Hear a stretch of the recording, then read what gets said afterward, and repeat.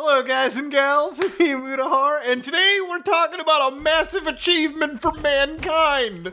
Now, possibly a massive achievement for mankind. Now, for those of you who don't know, there's something known as LK99. You might be hearing about it, might be on the news. Your mom and dad might hit up and tell you, are things levitating? Do we have flying cars and trains and automobiles? Now, for anybody that's following this, LK99 is a potential room temperature superconductor. And of course, this is what it apparently looks like. You might be wondering, this black rock onyx, whatever material, yeah, this is actually the discussion of international academics, physicists all over the world right now. There's even some drama going on between PhDs about the validity of this superconductor.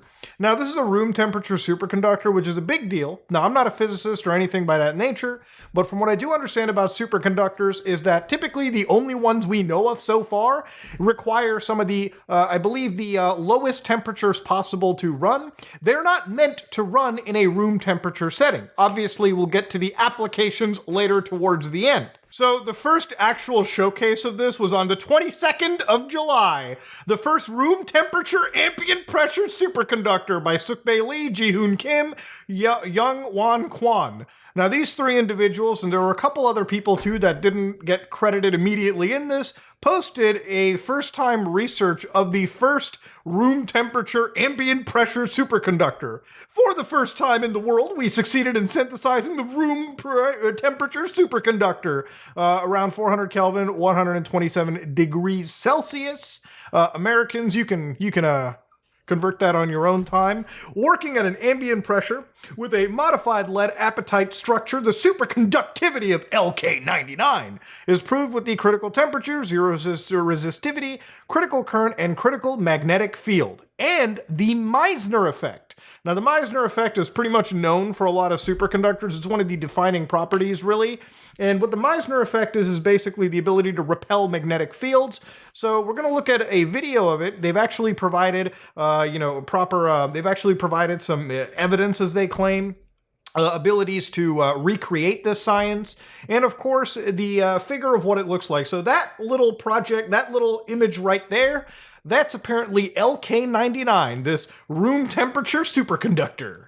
So if you look closely into a situation over here, this is apparently a showcase as to a person's hand. This magnet, the superconductor pellet of this LK99, and you can see part of it levitating in the air. Now, for it to be perfect, it would have to actually levitate entirely and stay pretty much in a fixed place as that magnet moved around. Now, of course, you might be wondering, whoa, what real-world applications can you have for this? I guess I'll tantalize you and say maybe flying trains, but we'll get to a lot of it, don't worry. So, no joke, obviously, the reality of this is that even back in the 50s, thinking about a room temperature superconductor would have really big technological importance simply because it could potentially solve the world's energy problems by, working in like fusion applications, provide faster computers, obviously, and of course, even increase battery technology to what I understand, it actually would take a lot of modern day technologies we have now to the next generation. That's just some of the applications a piece of technology, a discovery like this could lead to. To show you guys how a superconductor kind of works with the Meissner effect, you're about to see something levitate right here, a magnet levitate from a superconductor. So if you look at it real carefully, that's not some Hogwarts magic, buckos. That's shit levitating in the air. Now, obviously, you need liquid nitrogen to cool situations like this down so you can actually operate at these levels. Now, it's even still kind of touching the magnet. It's not perfect, but that's an idea to show you how this works. Now, if you can make this run at room temperature without the requirements of ultra cooling technologies, then yeah, that would be game-changing. So because of how these Korean scientists discovered such a magical feat of human engineering and design, human research really, there's been a lot of places cataloging every university's attempt at replicating this magical science. So here on forums.spacebattles.com, God, I miss the old internet, no Reddit, no nothing. Literally, people on forum boards are talking about this. Compilation of all claims reports of replication efforts underway that this individual knows as. So you've got the Argonne National Laboratory in America with a reliability of a high claim. You've got the School of Physics from Nanjing University in China. And then, of course, you've got the Institute of Physics, Chinese Academy of Science. However, they've got a low reliability as compared to their Nanjing University counterparts. Now, some of these people have actually been progressing. They've been attempting this replication of LK99, and there have actually been some successes, some failures. So I'm going to show you what a success kind of looks like over here. Now, this is allegedly the first replication of LK99 outside of Korea. This is coming at us from Professor Haishin Chang, all right, from the Huazhong University of Science and Technology, okay? Pardon my Chinese, I'm not perfect at it. So, of course, you can see that this is allegedly the LK99, like, over there. You might be like, the footage is blurry, Muda. Bro, it is a very tiny speck that they've apparently managed to synthesize.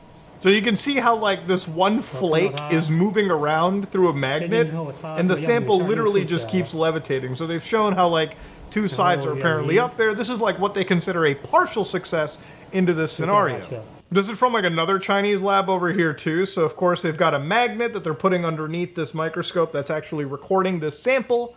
So here you can even see it, like, kind of levitate, stand up, and move around. You might be like, whoa, Muda, this isn't really blowing my mind.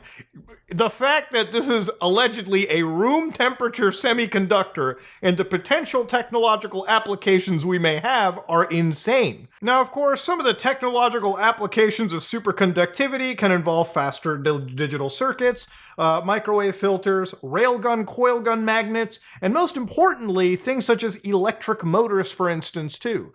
Such a technology, if it's discovered now, probably will take, in my experience and my understanding of the topic, at least a decade, if not 2 decades, of actual engineering before it becomes applicable. But when it does become applicable, a lot of technologies we use nowadays on a daily are going to go through a severe shift, and it's going to be a big deal. It's going to be massive when the world is entirely different in 2030, 2040, provided this technology is actually true. Even the Lawrence Berkeley National Laboratory in California, just in the last couple days, actually made a paper on simulations that they had supporting what this LK99 is based on their situations. Now, of course, LK99, if you look at it real quickly, basically the chemical composition is this that I cannot read because I am not a chemist, I'm not a physicist, but to understand, it's basically to chemically synthesize LK99, you produce lanarkite from a 1-to-1 molar mixing of lead, I believe that's, is that lead?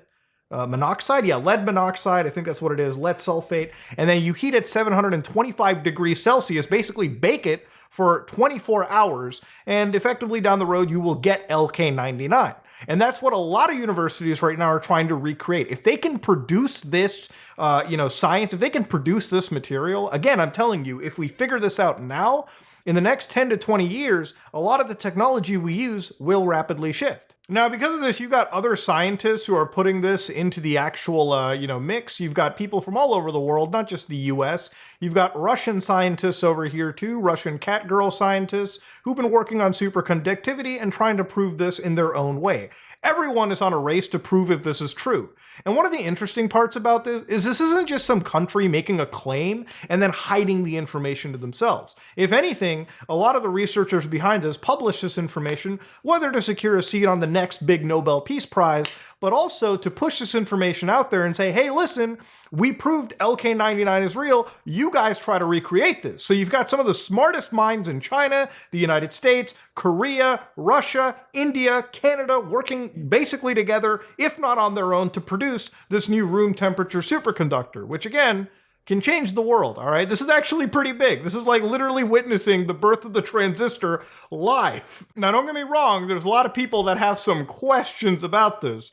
For instance, a couple days ago, this is from the Condensed Matter Theory Center, which for those of you who don't know what this is a University of Maryland Research Center for Condensed Matter Physics, okay? It's now time to do the unpleasant, deconstruct the non-experimental parts of the Korean room temp SC claims. This is relevant because the theoretical background SC discussion in these papers are so naive that if it were an undergraduate project at Maryland, I would give it an F.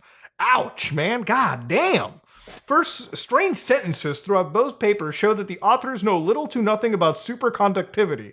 We emphasize that their ignorance about superconductivity theories do not necessarily invalidate their experimental findings, but it raises serious questions about their expertise. Well, so immediately they're not trying to invalidate this LK99, they're just questioning the people that initially brought this research out. To discover a room temperature semiconductor, observing the emergence of a metallic phase through an insulator to metal transition, IMT, at temperatures higher than room temperature is crucial. We have no idea what this means. 3D superconductivity is not a metal insulator transition ever. So again, they constantly mention some references. Basically, it is questioning the individuals behind this, but not necessarily discounting what they had found. Which I think is a little bit interesting in this situation too, all right? It seems like every scientist wants LK99 to be real, but again, it has to be a matter of A, looking at these findings, working at them, constantly like recreating what these Korean researchers have found, hopefully so that one person gets that breakthrough, and then of course, years down the road, decades down the road, engineers can take these findings and apply them into realistic, usable pieces of technology that can better our everyday life. Now, no piece of scientific discovery is without some of that drama, ladies and gentlemen. For instance, one of the authors from the first paper, Youngwon Kwon, was actually removed from the second paper that ended up coming out because apparently they crashed a scientific conference days later, talked about the discovery. Maybe this was like people fighting again for that, seat on the Nobel Peace Prize, that name basically out there, which makes your entire goddamn career in a way. And a lot of people just kind of wondered, maybe this isn't as real as people think. But again, with a lot of the information out there and universities trying it, clearly there is enough science here that universities and smarter minds will test this theory and test these experiments in order to prove if this is actually legitimate or not. Now, of course, for the final little bit on this, if this is true, this is a big deal for human discovery.